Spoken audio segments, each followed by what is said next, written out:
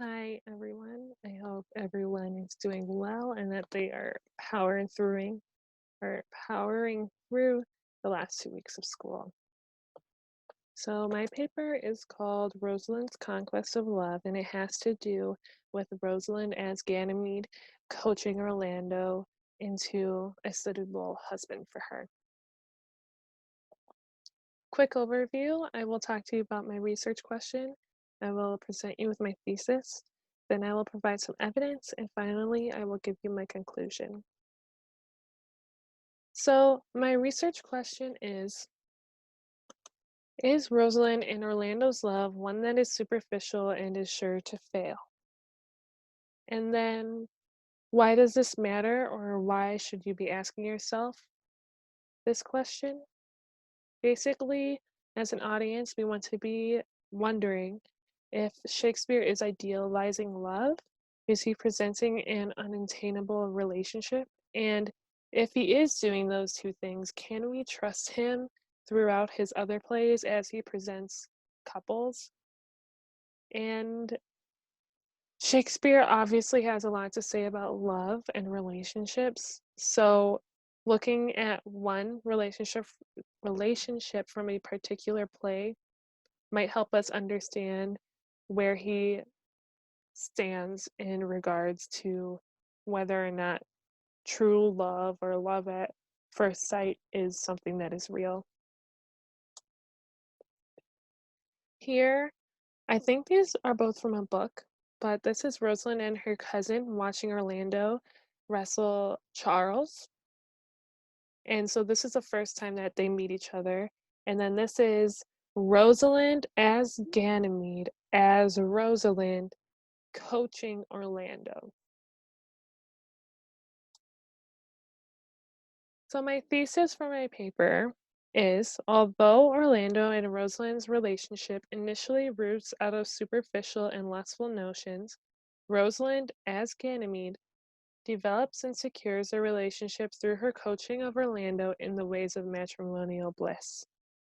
Basically, I'm saying although the relationship of Orlando and Rosalind seems to be love at first sight, there is proof that Rosalind is actually cultivating their relationship into one that is very attainable for couples and it is not idealized. So, love at first sight. I would call it maybe love at first sight for Orlando, but not for Rosalind. However, it is very obvious that they are both very interested in one another from the first time that they see each other. Rosalind, before Orlando fights Charles, says to him, "The little strength that I had, I wore it with you." Now, this may not mean that she is in love with him, but obviously she has a liking to him. And then as he continues to wrestle Charles, she says to her cousin, "Oh, excellent young man."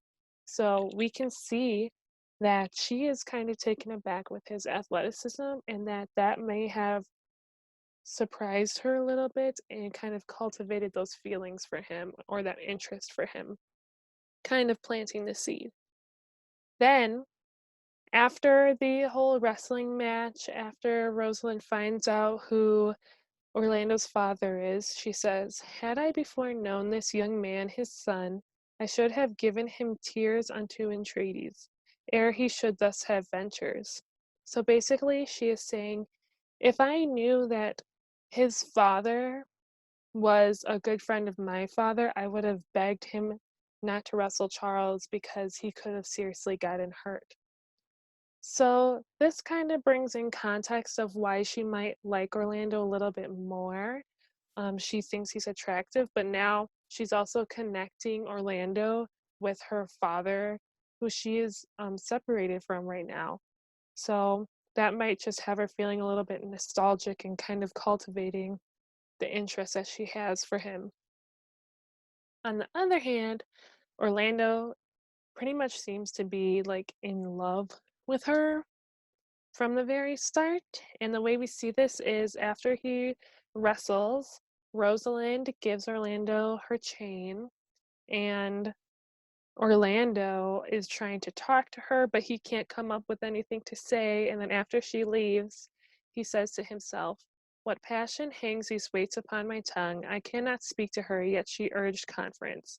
So basically, like he was so love struck that he is unable to even talk.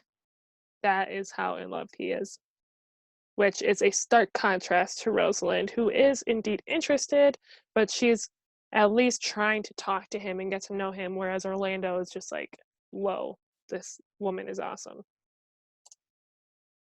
And then this image is just Rosalind giving Orlando her chain. And one reason this might have freaked Orlando out a little bit is because this is kind of like Rosalind um, claiming Orlando as her own. It can kind of be symbolized as when there were jousters and the women would like tag their, tie their ribbons onto the lance.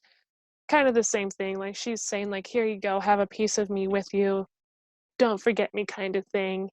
And so she's kind of spurring on the idea that she wants to have a relationship with him, maybe in the near future, maybe just to get to know him, but she's not desperately in love with him. Now, as I previously said, these are two very different perspectives, whereas Orlando seems to be super in love, but not with the idea of loving, or not being in love with Rosalind, but being in love with the idea of Rosalind. So he's writing her name in the trees, he's writing very bad poetry, and then he's talking to strangers of his love sickness. And these strangers I'm referring to are Ganymede and Celia, and Orlando doesn't know that this is Rosalind, so he's just openly speaking to whoever will listen about how in love he is with Rosalind. However, Rosalind is the reality of the situation, and before she knew Orlando's poems were by Orlando, she said that these are or pathetic homilies. So they aren't very good poems. It's like he's praising this person, and it's just kind of like cringy. And then she also realizes that he is all talk. So when she is coaching Orlando, she kind of starts to see that he likes the idea of him being in love, but he doesn't have the actions that follow through with it. For instance, he's an hour late to their meeting, and Ganymede says, "If I was really Rosalind, you shouldn't have been an hour late because someone that was in love would have been there right on time." And then one of my sources just really pointed out how Rosalind is the voice of reason throughout this play. And it says, "Rosalind starts simply enough as a woman who, on such a sudden, falls into so strong a liking. She therefore first stands for idealism. Nevertheless, when she later comes to speak to Orlando like a saucy lackey, and under that habit play the knave with him, she stands for realism, that is opposed to Orlando's idealism." So really, this is just proving that Rosalind is trying to cultivate the relationship and move it from the um, love at first sight stage to, okay, let's actually talk to each other and get to know each other. And Rosalind does this by testing Orlando. And the way that she tests him, as she disguises Ganymede, says that Ganymede will cure Orlando of his love sickness by being the stereotypical woman, which is this quote, um, which you can read, but it's basically saying like a woman who 1 minute is happy, 1 minute is sad, so on and so forth. Rosalind also threatens Orlando with cuckoldry and is basically like, okay, well, if you are going to continue to be the way that you are, your woman is probably going to find another man to sleep with.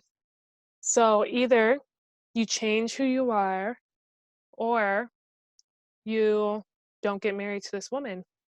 And so Ganymede says, "I had as life be wooed of a snail, for though he comes slowly, he carries his house on his head, a better jointure, I think, than you make woman. Besides, he brings his destiny with him." And the destiny is his horns, and the horns is a sign of cuckoldry. So if Orlando continues to be late, Rosalind is going to run off to a different man. And this doesn't mean necessarily that Rosalind would but Ganymede is just trying to really test Orlando to see like how far will he stick with Rosalind. And then when talking about whether a man should allow his wife to be witty, Orlando says, "A man that had a wife with such a wit, he might say, wit, wit, or wilt," which is like, what are you going to do with this wit? To which Rosalind, as Ganymede says, "Nay, you might keep that check for it till you met your wife's. It's going to your neighbor's bed." Basically, this is saying you need to let your wife be witty. You can't shut that out of her life because she will go to her basically she will find another man who accepts her. So you need to accept her. So basically, Rosalind is making sure that Orlando will accept her for who she is by threatening him with the idea that she might go off to another man. Not saying that she would, but it's just trying to test how far Orlando would stick with Rosalind. And then I have this video, but I'm kind of running low on time. So let me just see what the title of the video is so I can recommend it to you. Okay, it's called Exploring Act 4, Scene 1 As You Like It, Royal Shakespeare Company. And then I had it start at 2:22 and end at 4:37.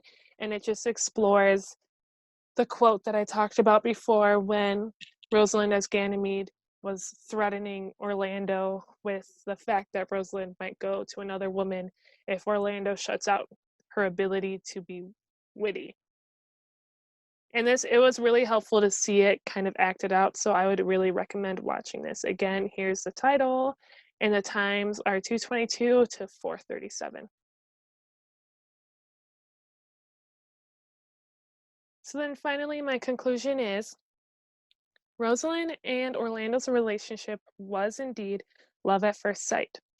While Orlando may be living in an ideal and irrational world, Rosalind is a voice of critical realism about love, who intelligently and realistically speaks from the head. Rosalind interrogates and coaches Orlando not how to be cured of love, but rather on how to be a loyal and loving husband. Through her coaching, Rosalind develops a relationship between the two lovers so much that their ultimate marriage should not come as a surprise to readers.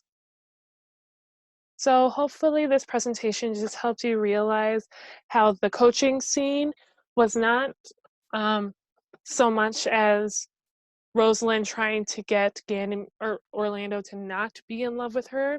It was Rosalind testing Orlando to see if he would be a good husband, and then to kind of see how he would react in certain situations um, to her character. So thanks for watching. I hope everyone has a great last 2 weeks of school and blessings on your summer.